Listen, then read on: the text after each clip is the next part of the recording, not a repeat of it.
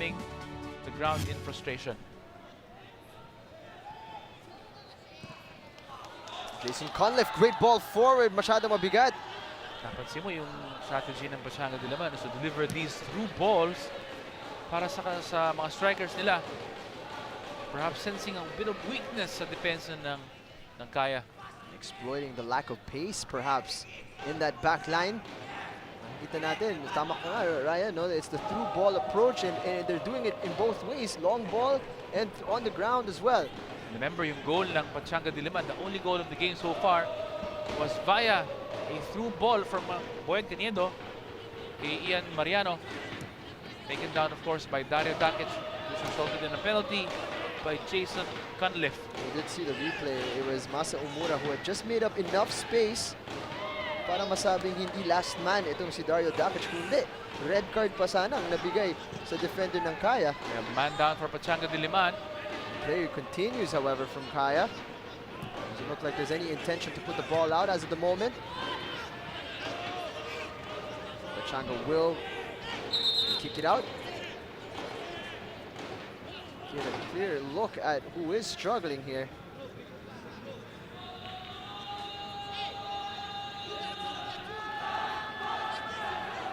Pachanga Diliman player down on the field. This is a time para sa mga Pachanga players to get a bit of breather. That's number 16. Allen Serna. Ultras Kaya. Very quiet ngayong araw na to kasamang Jing. Usually the most vocal bunch that you will see. Kahit yung punong-puno yung Rizal Memorial Football Stadium para sa laban ng Azcas kontra Singapore. That, of course, we had a chance to broadcast here for the Suzuki Cup. That bunch of people were some of the noisiest. So far quieted by the play ng Pachanga Diliman. So far frustrating the red shirts of Kaya. Is this an indication of how Kaya will play in the league, Samang Jing? That is a question that many would like to see the answer of. The answer to. So far, there haven't been too many encouraging signs. Ugarte. Managing to head that out. Caniedo, his outlet ball. It's really just to nobody. Soriano playing right back.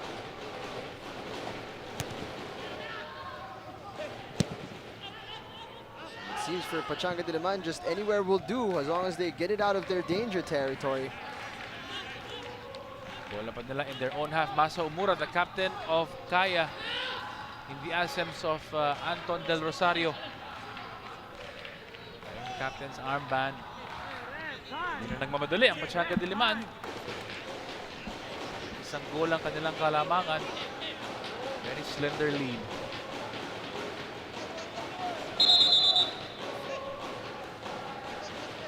Have you been impressed with the performance of Pachanga Diliman in this game? Again, one word springs to mind. Economical. Doing just enough, but creating a lot of chances. Perhaps it's also the team that they're currently ahead of that will make this victory so much better. But the performance itself, para sa'yo, you feel as if there's still room for improvement. For Pachanga Diliman, definitely. It's the first game of the season. And medyo pwede mo sabihin, wala silang masyadong pre-season ng Pachanga Diliman. Perhaps with all the new blood that's coming in. It's a season of 18 games. So this is match day 1 as far as these two teams are concerned. Ushering that ball out. Talking of points for room for improvement, sure for Kaya, na medyo mahaba-haba ang listahan na yun. But they will be welcoming back Chris Greatwich and OJ Porteria, which should help. And you can see the other teams like Global and Loyola, they're missing also their Gastos, but parang hindi sila affected as much. Did see Global out with 7 players 2 nights ago, managing to cope and defeat Pasargad, who made it into the finals of the recent PFF National club championships.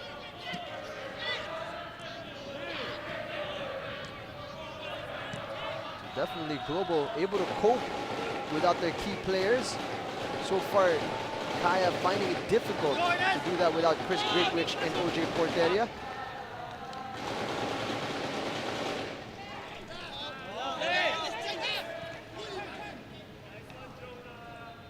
Cañedo getting it forward. Hanlef on the turn, took a bit of a knock. Lifting it towards Diop. Cutting inside, releases the shot.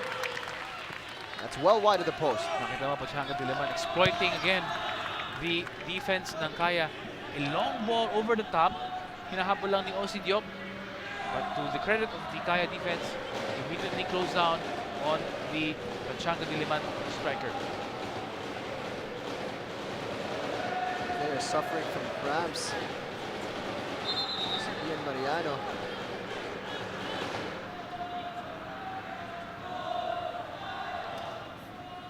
Time not on the side ng Kaya.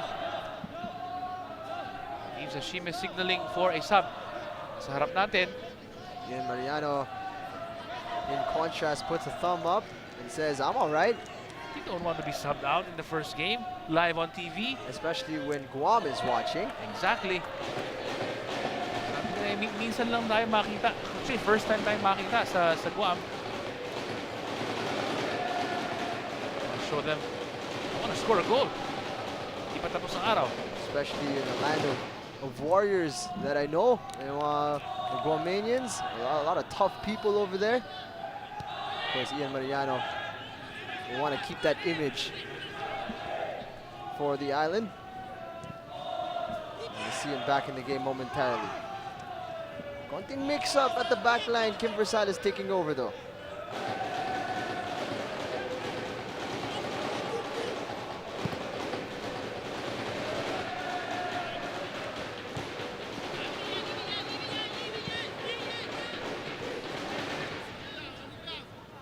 Saba Sadegi moving that ball upfield.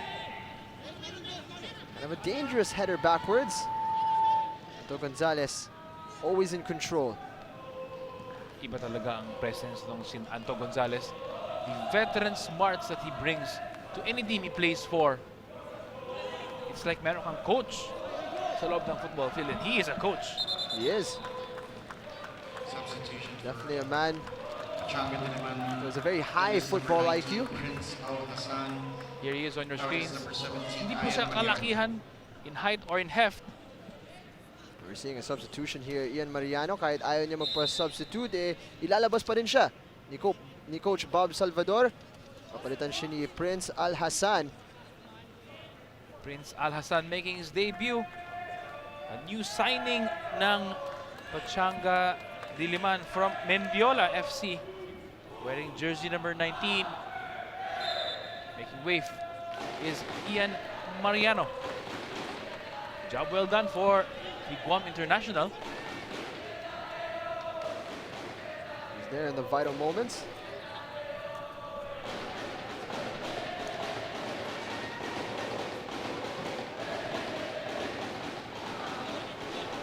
First game of the season, medyo marami ring mga tired legs. You want your players to be fit. There's Vince Bob Salvacion. He wants his players to be fit and ready for the first game of the season, pero hindi mo talaga maiwasan eh. Talagang yung training that you've been doing may not be enough. Kaya may mga players maybe not at 100% fit yet. For all the kids watching football, watching this game right now,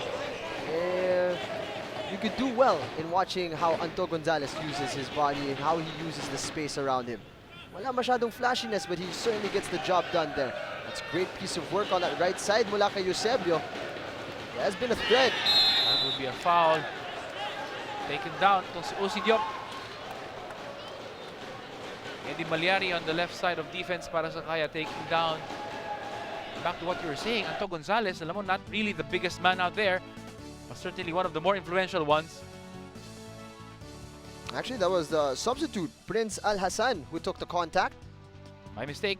He's taking the place of Ian Mariano at the tip of the attack para sa Pachanga Diliman. A forceful character. Boyet Cañedo in charge of the delivery. Beautiful ball. Chance perhaps for Al Hassan to attack that one.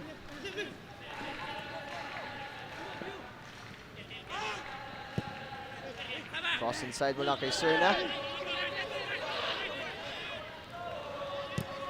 Sama sa Degi, nagmamadali. That's exactly what Kaya needs after a strong start. Kung saan nakita natin, medyo nagkaroon sila ng buhay ulit. Ryan, it seems as if they're falling back into that same routine. Pero kailangan nila magmadali rin because 10 minutes to go in the game if they want to salvage a point at least. Long-range effort, that's going to go wide of the post. One of the strengths of Kaya, of course, is their strength in defense. Nakita mo kanina, a lot of red shirts clamping down. Pero when they need to score, yun ang tanong mo saan manggagaling yung goal? Where is the creativity coming from? So yung palagay, Ryan, is this a team that has weakened during the off-season? Ito Kaya, in my opinion, yes. They've lost the likes, sabi nga natin, of Lexton Moy, Jason Sabio, Ali Borromeo, unfit to play this season. And of course, they've offloaded the likes of Prince Bolay as well. They've added quite a few players, but in your opinion, mas mahina sila ngayon. Sabi nga natin, the core of Kaya has been ripped from its heart lumalabas because these are the players, the mainstays ng Kaya. When, at least for a few years, Cañedo's delivery. and in their place, you have these players which are very good. Make no mistake. Woody Ugarte, Roscoso Biam there on the middle of the pitch. Lahat sila magagaling. But again, take out so many players, so many of your regular players. Perhaps a man that epitomizes this Kaya spirit. A man who has been around for quite some time with this club, Anton Del Rosario. Perhaps getting a quick cameo here, 8 minutes to make an impact in this game. Tingnan natin where he will play, Anton Del Rosario. Usually a defender, pero pinalitan niya si Jonah Romero, so Let's see how Coach Mauro will shuffle the lineup. Boyet Cañedo, no rush to take this. 4 bodies to aim for.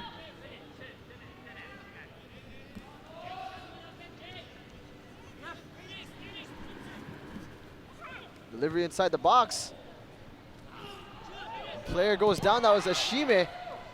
Shot was blocked.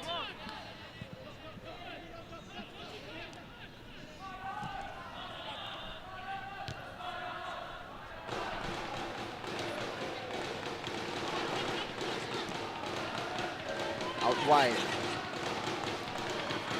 Al Hassan gets a shot, looking for that far corner. Masyado na mataas ang kanyang tira.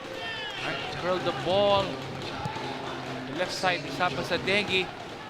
Good chance there. Well, this time it's my turn to make a mistake. That's Diop actually who drifted out wide.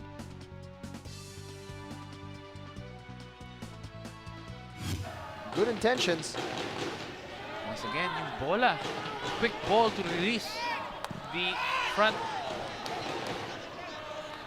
three or front two ng Pachanga Diliman is causing Kaya a lot of problems. Antonio Ugarte, ang tira na yan. Not gonna test the keeper whatsoever. And this, it continues. Ito parang kay Kim Versales, haven't had to dive a single time in this game. 83 minutes and counting, and still 0 shots on goal for Kaya. That is not a good sign. Of course, right now the lineup of the Smart Gilas team being flashed on your screens. And of course the PBA schedule getting underway on Friday. It's the Smart Araneta Coliseum. While naman you can catch UFL action 2 times a week. That's great stuff here on Active Tuesday and Thursday. Naglalaro tayo dito sa UFL. And of course, magsisimula na rin ang PBA. Bukas na yan. There's so much to look forward to. Is Shime having a little bit of problem sa kanyang armband, or is he transferring the... I think he needs somebody else to put it on him.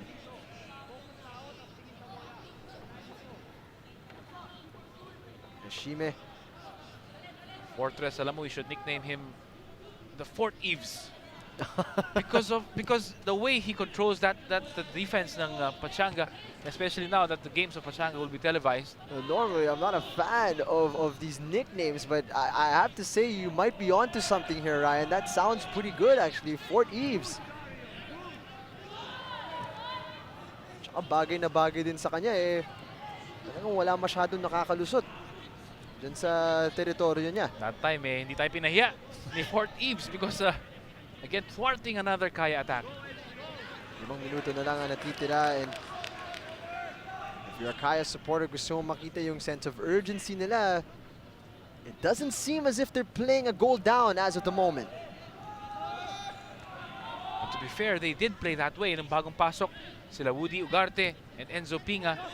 But right now, they have 5 minutes to rectify things.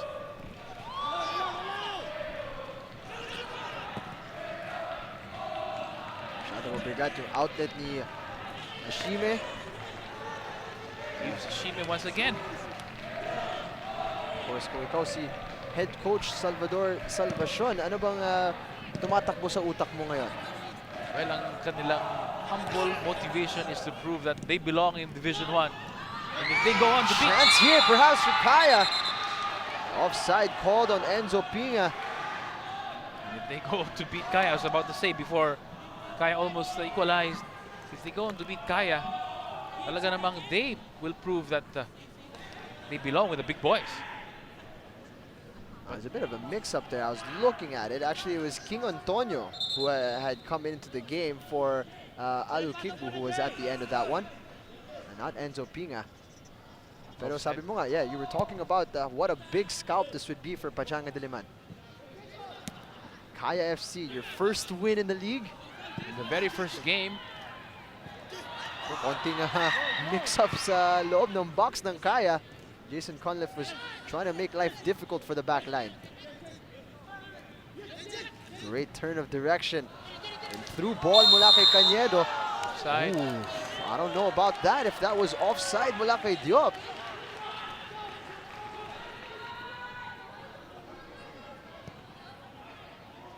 Perhaps Pachanga Diliman trying to emulate last season's surprise package ng Stallion, of course, also coming from Division 2.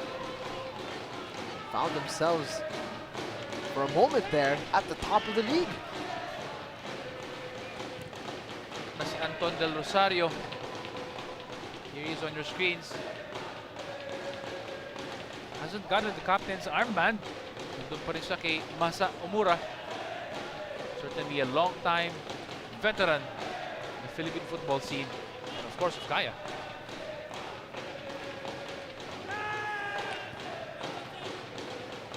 Gonzalez. Looks like he hasn't put a foot wrong this game. Of course, that partnership in the middle, Jason Conliffe, nandyan na rin. And of course, si Boyet Cañedo, who supplied the pass to Ian Mariano. He's had a great game as well, spraying those passes into the middle, always trying to threaten that back line with some through balls. And trying to test yung depensa ng Kaya.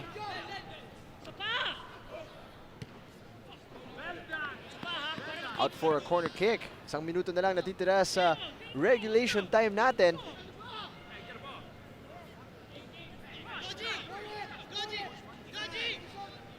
For 12, Boyet Cañedo about to take that corner. Certainly has a sweet right foot on him, doesn't he?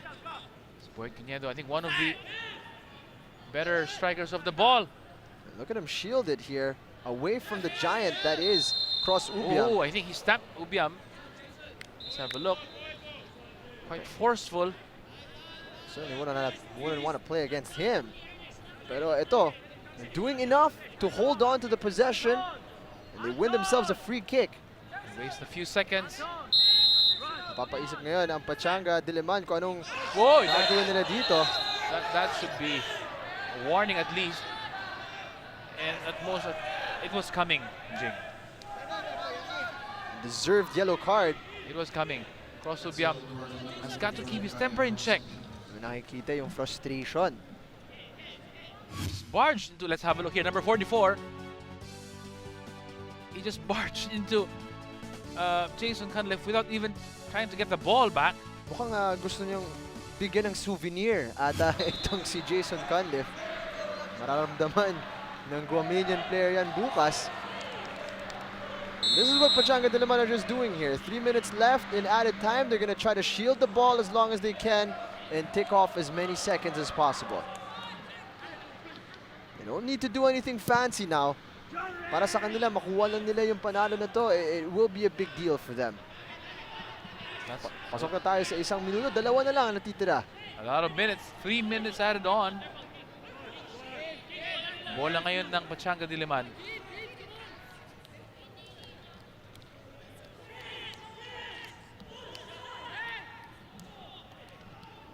Is this a statement of intent from Pachanga? But if you ask me, it's more like a statement of weakness from Kaya. Certainly not a sign that or a performance that will have other teams worried. Of course, this is just match day 1 of 18 games sa UFL. Marami pang oras. At kailangan lang natin tingnan yung Global FC from last year actually para malaman natin, para isang example na makita natin na kaya pa naman mag-recover ang isang kupunan in the league. Sabi nga natin, 18 games, it's a long campaign. Global, of course, losing to Army in the first game last season. Sila ang nanalo at the end of 18 games. That was a shock for a lot of people. Ang dami nagsabi na Global is not gonna make it. But at the end, they went on that crazy run of tuloy-tuloy na pagkapanalo. At the end of the day, sila nakataas ang kamay. Let's not also forget Stallion in the UFL Cup. In the first game, talo rin sila. Also against Army. Recovered and played so well. Winning the UFL Cup. So all is not lost, but more importantly, they should look at themselves and find out where they can improve as a team. One thing is for certain, performances like these will not do their cause any good whatsoever. Although meron pang oras. Lifting that ball in. He's getting in front. That's great defending from Pachanga Diliman. Pinahirapan nila si Ed Malyari. The referee looking at his watch. Solid performance mula sa backline ng Pachanga Diliman in particular. Apia, Ashime, Santiago, Serna all have done very well. And let's not forget the contribution in number 6, Anto Gonzalez. Have not mentioned his name too much. Pero yan talagang isang key ng isang effective and efficient player. Hindi mo kailangan na banggitin ang pangalan niya, as you see.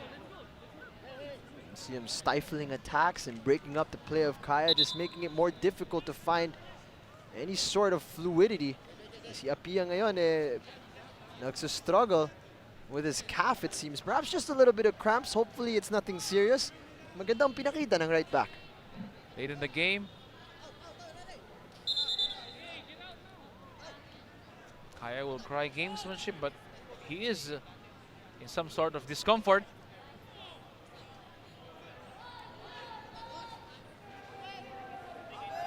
Trying to assess the situation is Ernest Apia.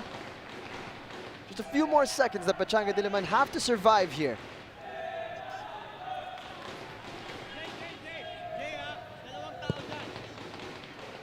Launched upfield by Yves Ashime.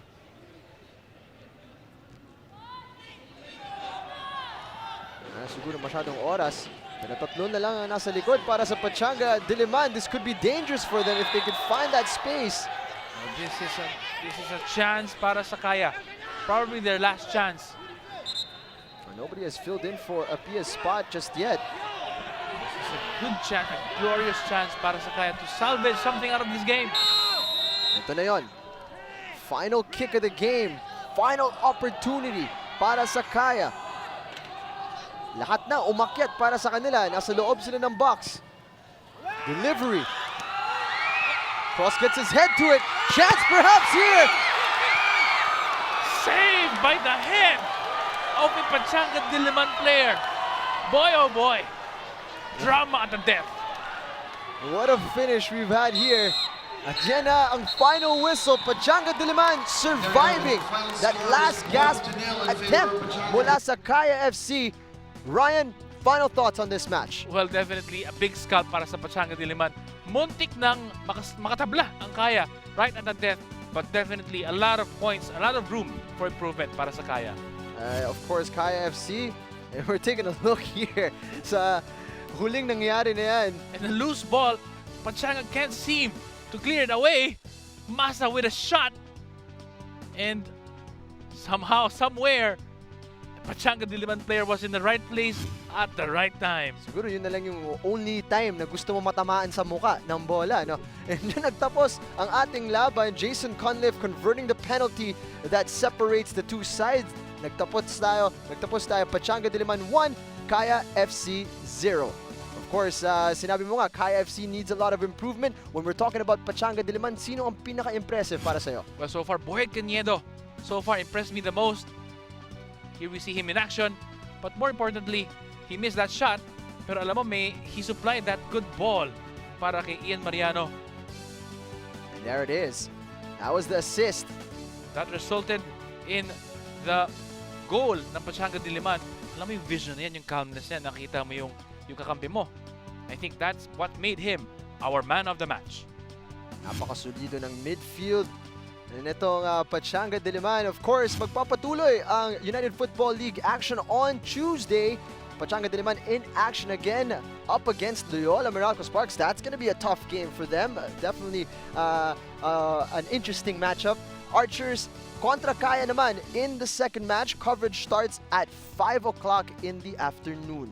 Of course, on Friday, huwag niyong kalimutan, PBA naman, magsisimula na. First game, Global Port kontra Petron Blaze. And the second match, San Mig Coffee kontra Barako Bull. Magsisimula yan ng 5 o'clock. Salamat sa inyong panonood dito sa Rizal Memorial Football Stadium para kay Ryan Phoenix and the rest of the active team.